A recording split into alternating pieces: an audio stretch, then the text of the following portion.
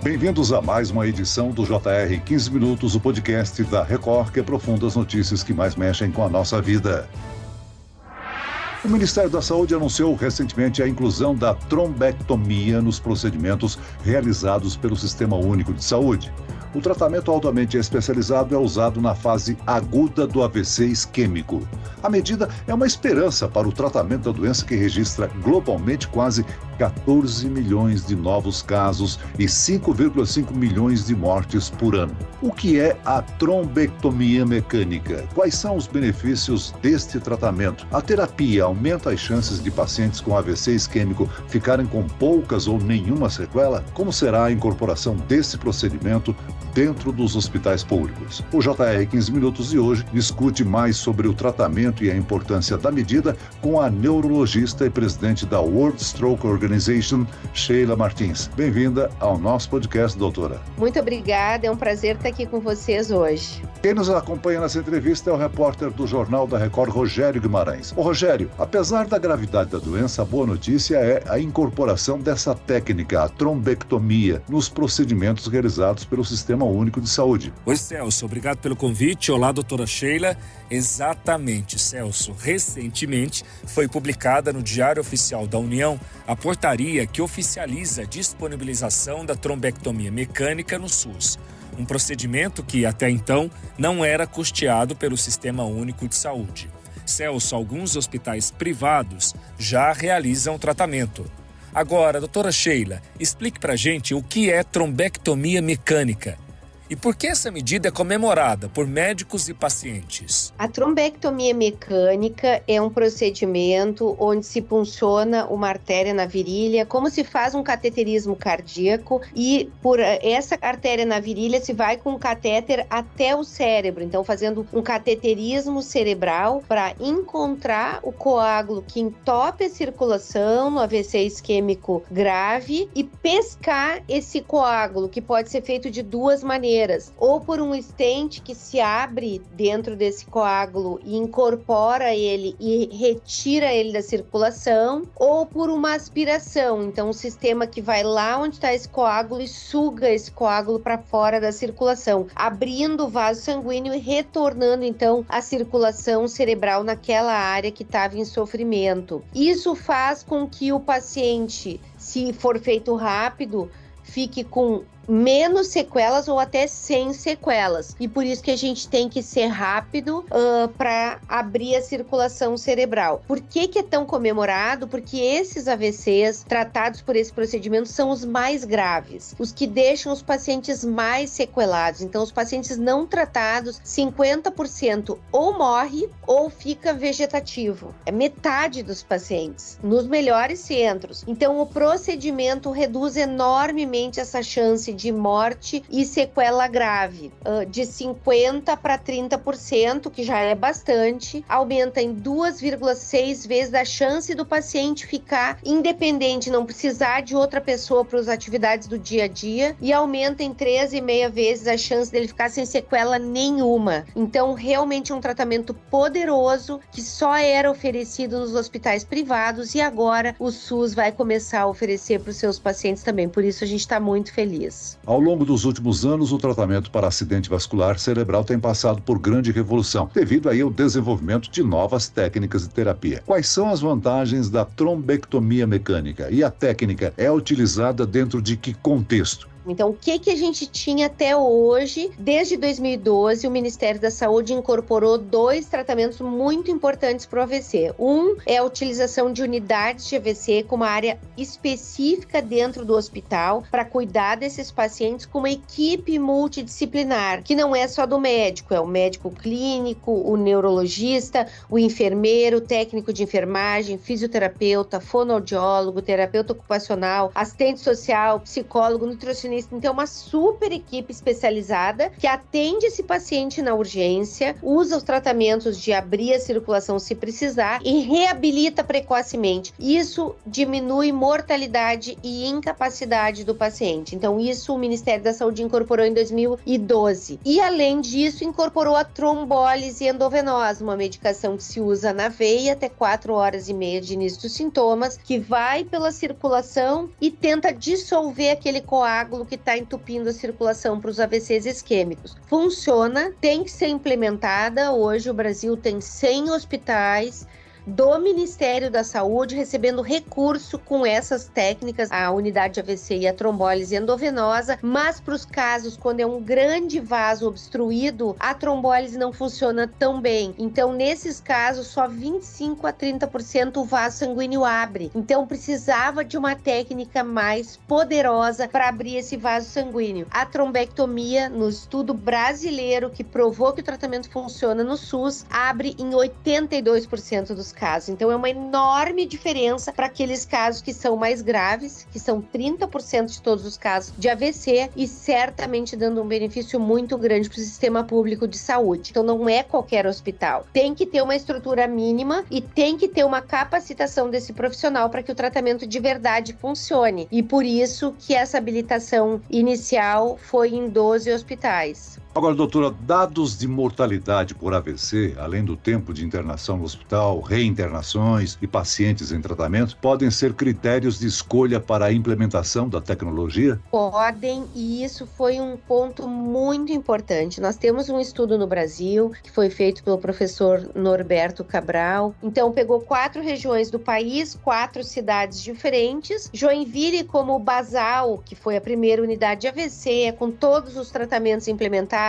unidade de AVC, trombólise, inclusive trombectomia, mesmo antes do SUS ter implementado, organização do SAMU para levar direto para um único hospital todos os pacientes da cidade. A mortalidade, então, em Joinville, nesse estudo que foi financiado pelo Ministério da Saúde, foi 17%. A mortalidade em 2 cidades sem nenhum centro de AVC foi 40% numa cidade e 49% na outra, para todos os AVCs. Metade dos casos que chegam no hospital morre porque não tem nenhum tratamento. E isso a gente não pode aceitar no nosso país. Então, com certeza, as áreas de vazio assistencial têm que ser avaliadas, estruturadas e implementado o tratamento. Que nesse primeiro momento não era o caso, porque essas áreas não estavam estruturadas. Então, se for olhar a maioria dos centros de AVC no país, 77% deles estão no norte e nordeste, mas sim, nós precisamos de centro no norte e nordeste, porque essa área tem muitos casos de AVC. Doutora, cerca de 88 centros do Brasil realizam tratamento especializado no AVC. Mas não são todos esses que terão essa tecnologia em um primeiro momento? Eles precisam ser avaliados, aprovados ou qualificados para realizar o procedimento, principalmente entre os profissionais? Hoje nós já temos 100, tá? Então hoje já são 100 centros no Brasil do Ministério da Saúde que são centros de AVC no país. Não podem ser todos, eles têm que ser no mínimo centro tipo 3, que é o mais avançado dos que existiam até agora, que tem uma estrutura com todo esse cuidado do paciente. Esses são 62, e desses 62, eles têm que ter uma sala de hemodinâmica para fazer o procedimento. Então, desses 62, 1/3 deles tem sala de hemodinâmica, né? E além disso, precisa ter o neurointervencionista, o anestesista, e esses profissionais têm que estar capacitados. Então, o que se fez? Se habilitou os 12 primeiros centros que já foram validados. Então, a portaria habilita os 12 primeiros que podem começar hoje já a fazer o tratamento, porque já foram avaliados quanto à estrutura, capacidade, no estudo financiado pelo Ministério da Saúde, e já se abriu na mesma portaria para que outros hospitais se credenciem para fazer o procedimento. E aí, nessa situação, geralmente a Secretaria de Saúde vai no hospital para ter certeza que eles têm toda a estrutura que estão dizendo que tem para habilitar. Não é um processo que demore muito, porque o Ministério da Saúde realmente quer capilarizar esse tratamento e expandir para outras regiões. Eu tenho a informação aqui que o Ministério da Saúde financiou um estudo realizado em 12 hospitais públicos brasileiros e que comparou a trombectomia mecânica com a técnica já utilizada. O estudo constatou que a trombectomia reduziu as mortes em 16% e aumentou em 2,5 vezes a chance do paciente voltar para casa sem sequelas. Então o tratamento pode aumentar aí a independência de pacientes com AVC, né, doutora? Exatamente isso. Esse estudo foi fundamental, porque os estudos anteriores que provavam que o tratamento funcionava eram realizados apenas nos países de primeiro mundo. Então, eram Estados Unidos, Canadá, Austrália, Holanda e Espanha. Não existia nenhum país de médio ou baixo desenvolvimento que mostrasse que o tratamento funcionava. Então, esse estudo que nós lideramos pela Rede Nacional de Pesquisa em AVC mostrou que o tratamento, sim, funcionava no SUS, com financiamento do Ministério da Saúde, e provou que realmente no SUS, mesmo com todas as dificuldades que a gente tem, o tratamento é benéfico e deve ser implementado. E, além disso, se avaliou o custo para ver se era factível de pagar o tratamento e se viu que era altamente custo-efetivo. Então, esses estudos, o de efetividade, né, ver se o tratamento funciona, e de custo-efetividade, foram fundamentais para aprovar o tratamento no Brasil. Doutora, muitos brasileiros que enfrentam o desafio de um AVC com sequelas recebem benefício por incapacidade. Nos 6 primeiros meses deste ano, foram mais de 6.000 pessoas afastadas pelo INSS. Essa técnica pode economizar dinheiro público. Um paciente sem sequelas não vai pedir afastamento do trabalho?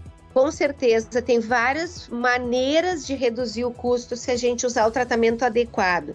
O paciente fica menos tempo no hospital, usa menos UTI, tem menos complicações, então faz menos pneumonia, faz menos complicações da mobilidade como trombose venosa profunda, vai mais rápido para casa, volta para o trabalho, reinterna menos, então tudo isso faz com que, no fim das contas, o tratamento seja mais barato do que não fazer ele, né? E, sem dúvida, melhorando qualidade de vida e retornando o paciente à sua vida, né? Estimativas apontam que no Brasil sejam registrados 400 mil novos casos de AVC por ano. Essa doença tem prevenção e pode ter os riscos reduzidos. Quais são os principais sinais de alerta para qualquer tipo de AVC, doutora? Bom, isso mesmo, são 400 mil novos casos por ano e 90% dos casos podem ser prevenidos. E se acontecer, tem tratamento, então rapidamente o paciente tem que reconhecer os sinais e se dirigir para um centro de AVC, então não adianta ser qualquer hospital. Quais são os sinais de alerta? Sempre acontecem repentinamente, perda de força ou dormência, geralmente numa metade do corpo, dificuldade para falar ou compreender a fala, dificuldade de enxergar em um olho, nos 2 olhos ou na metade de visão de cada olho, tontura, que se manifesta como uma sensação rotatória associada à falta de equilíbrio, falta de coordenação, e dor de cabeça de início súbito, insuportável, sem causa aparente. Qualquer desses sinais, em combinação ou isolados, pode ser um AVC, e a recomendação é chamar SAMU 192, porque o SAMU está treinado para reconhecer o caso e levar para um hospital que está preparado para o atendimento. E quais são os fatores que aumentam aí a probabilidade de ocorrência de um AVC, seja ele hemorrágico ou isquêmico? A gente tem fatores que a gente não pode mudar, como a idade, por exemplo. Quanto maior a idade, maior o risco de AVC, apesar de que o AVC pode acontecer em qualquer idade, inclusive em crianças. Então a gente tem que estar sempre atento a esses sinais de alerta. E fatores que a gente pode mudar. Então, 10 fatores de risco modificáveis correspondem a 90% das causas de AVC. Olha o impacto se a gente atuar em prevenção. Então, quais são esses fatores? Pressão alta, disparada, é o primeiro lugar, é o fator mais importante, e por isso que a pressão, a gente não pode se conformar e a pessoa dizer, a pressão tá boa para a sua idade. A pressão boa é a pressão normal. A pressão normal é 12/8, né? Então, a gente tem que buscar ter a pressão normal. Depois, diabetes, colesterol elevado, fibrilação atrial, que é a principal arritmia cardíaca, fumo, abuso de álcool, obesidade, sedentarismo, depressão e estresse e alimentação inadequada. Esses 10 fatores de risco, todos eles modificáveis e tratáveis, podem reduzir 90% dos casos de AVC. Muito bem, nós chegamos ao fim desta edição do 15 Minutos. Eu quero aqui agradecer a participação e as informações da neurologista e presidente da World Stroke Organization, Sheila Martins. Muito obrigado, doutora. Muito obrigada. E agradeço a presença do repórter do Jornal da Record, Rogério Guimarães. Obrigado, Rogério. Celso, muito obrigado pela oportunidade. Até a próxima. Esse podcast contou com a produção de David Bezerra e dos estagiários Lucas Brito, Fernando Russo e Kátia Brazão. Sonoplastia de Marcos Vinícius. Coordenação de conteúdo, Edivaldo Nunes e Deni Almeida. Direção editorial, Tiago Contreira. Vice-presidente de jornalismo, Antônio Guerreiro. Você pode acompanhar o JR 15 Minutos no portal r7.com, nas redes sociais do Jornal da Record e nas principais plataformas de streaming. Eu, Celso Freitas, te aguardo no próximo episódio. Até lá!